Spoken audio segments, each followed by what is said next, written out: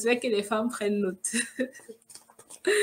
Voilà, la troisième raison, je pense voici la raison qui a les hommes en parlent avec beaucoup de, je sais pas, beaucoup d'élégance, beaucoup d'amour, beaucoup de plaisir en fait.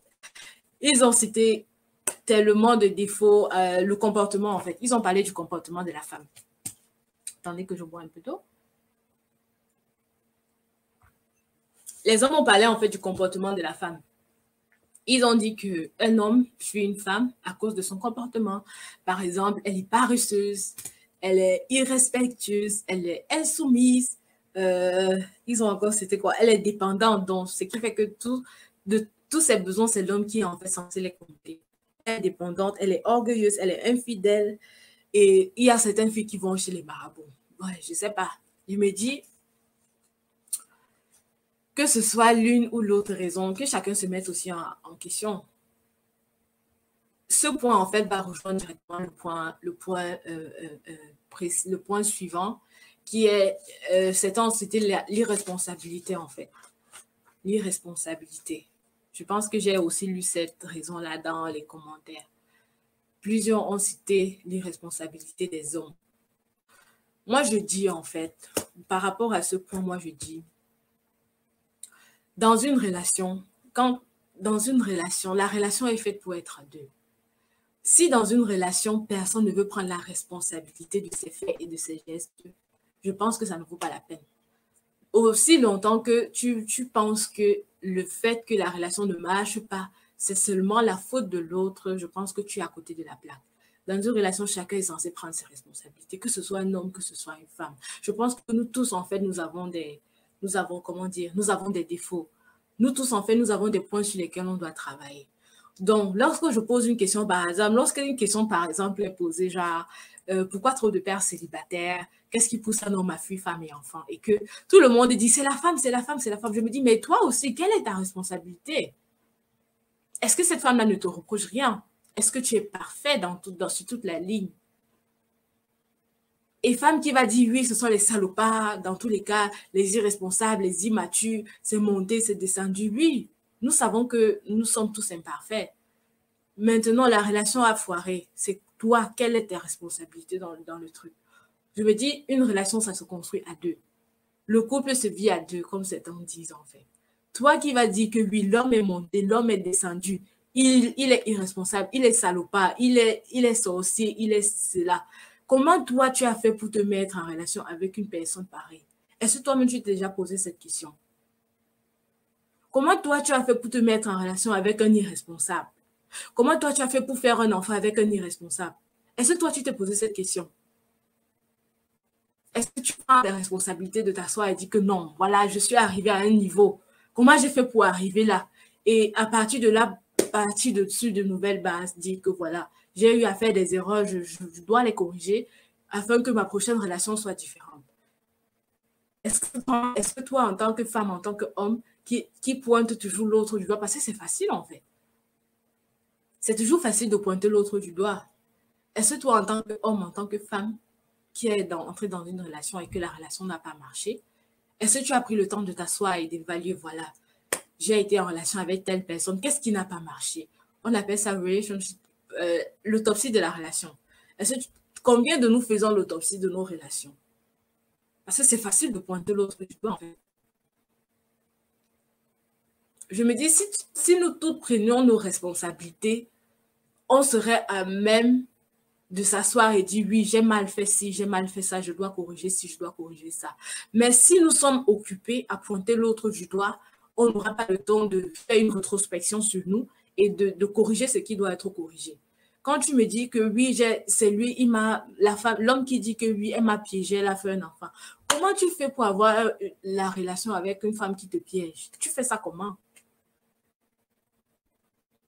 Comment toi, femme, tu fais pour avoir un enfant avec un homme irresponsable? Tu as fait comment? C'est quel effort tu as fourni pour y arriver en fait? Moi, je me dis que voilà la question qu'on est censé tous se poser. Parce que je pense que nous sommes tous sur le chemin de la perfection. Personne n'a encore atteint le saumon. Personne n'a atteint le saumon. Si tu vas passer ton temps à pointer l'autre du doigt, je peux te promettre Je ne veux pas dire que je te maudis ou quoi que ce soit, mais la probabilité que tu fasses encore fausse route la prochaine fois, si tu ne t'assois pas et fais un récapitulatif de la relation passée, de tes comportements, de tes sentiments même et de tout ce qui va avec, la probabilité que tu fasses encore fausse route sur la prochaine relation est très élevée. Parce que tu ne sais pas ce qui n'a pas marché. Parce que je me dis, dans toute relation, on se reproche des trucs, que ce soit un homme, que ce soit une femme. L'homme va te dire que oui, tu es insoumise, oui, tu me parles mal, oui, tu es paresseuse, oui, il faut travailler, oui, je suis dépendante, tu passes ton temps à dépenser, tu es dépensière. Et il y a plein de raisons. La femme va te donner d'autres raisons. La femme va te dire, oui, toi, peut-être, je sais pas, tu, je ne veux pas dire les trucs ici, là, qui dérangent les trucs. Tu ne me respectes pas, tu passes le temps à me saboter, tu ne m'encourages pas, tu ne fais pas ci, tu ne fais pas ça. Je me dis que nous tous, nous avons des points sur lesquels nous sommes censés travailler. Donc, quand tu vas quitter, tu peux décider de quitter la relation, je suis d'accord. Mais après, c'est quoi le prochain step? C'est quoi le prochain pas que tu fais? Est-ce que tu vas toujours continuer à pointer l'autre du doigt ou tu vas t'asseoir et dire, bon, voilà, j'ai mal fait. Voilà déjà 5 relations. Depuis que je suis née, j'ai déjà fait, je ne sais pas, 10 relations. Je ne connais pas le nombre de conquêtes que tu as eu en tant qu'homme ou femme. Mais quel a été le problème? Est-ce que tu t'es posé vraiment la question? Est-ce que tu as déjà changé? Je me dis, ça, c'est un point, chacun reconnaît ses points faibles. Chacun reconnaît ses points faibles, chacun reconnaît ses points forts. Chacun reconnaît ce que l'entourage le reproche. Chacun reconnaît même ce qu'il n'aime pas en lui, en fait. Parce que si on veut être honnête, chacun reconnaît même ce qu'il n'aime pas en lui. Peut-être toi, tu es quelqu'un de très désordonné.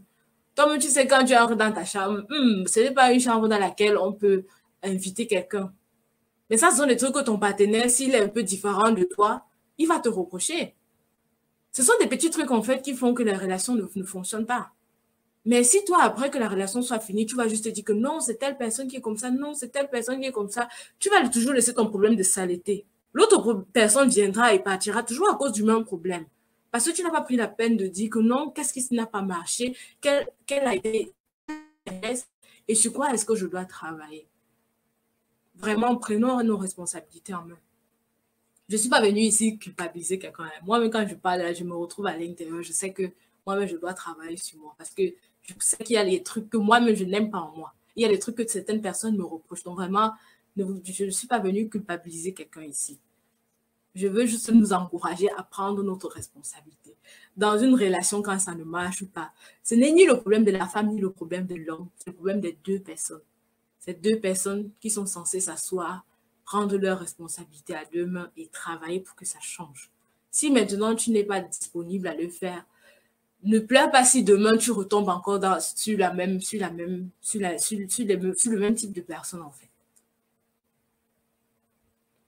Donc voilà ce que je dirais par rapport à ça. Mais sinon, je ne refuse pas le fait qu'il y ait des femmes insoumises, qu'il y ait des femmes qui vont chez les marabouts, qu'il y ait des femmes sales. C'est triste, mais il y en a. Il y a des femmes qui sont sales. Il y a des femmes qui ont la longue bouche, comme on dit souvent. Il y a des femmes qui ne savent pas parler respectueusement. Dans tout ça, je me reconnais aussi dans quelques points. Donc, je ne suis pas en train de, comme je dis, je ne pointe personne du doigt. Vraiment, travaillons sur nous. Et je pense que ça, si même un homme est venu vers toi juste parce qu'il voulait jouer, je me dis qu'il y a certaines choses qui peuvent faire, que tu peux faire, certains traits de caractère que tu puisses avoir, tu puisses le garder en fait. Je ne t'envoie pas chez les marabouts. Parce qu'on est d'accord ici, plusieurs personnes ont dit, les femmes qui vont chez les marabouts, ils ne les aiment pas. Tu n'as pas besoin d'aller chez le marabout pour garder un homme ou bien pour qu'un homme t'aime. Si un homme ne t'aime pas, il ne t'aime pas. C'est pas en allant chez le marabout qu'il va t'aimer. Donc vraiment, qu'on soit clair par rapport à ce point.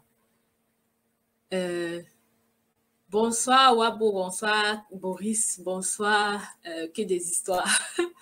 Je laisse aller sur Instagram.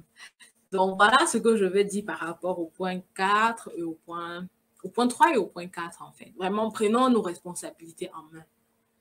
Toi, femme, comment tu fais pour être avec un homme irresponsable? Comment tu as fait pour qu'il puisse être dans ton cercle intime? Comment tu as fait? Comment tu fais ça? Tu as fourni quel effort pour qu'un homme irresponsable soit dans ton cercle intime? Tu fais ça comment? Quelles sont tes raisons? Comment tu as fait pour te trouver en fait là-bas? Pourquoi le pourquoi du comment en fait? C'est tout ça en fait. C'est vrai que chacun sait pourquoi il va dans une relation. Mais vraiment, prenons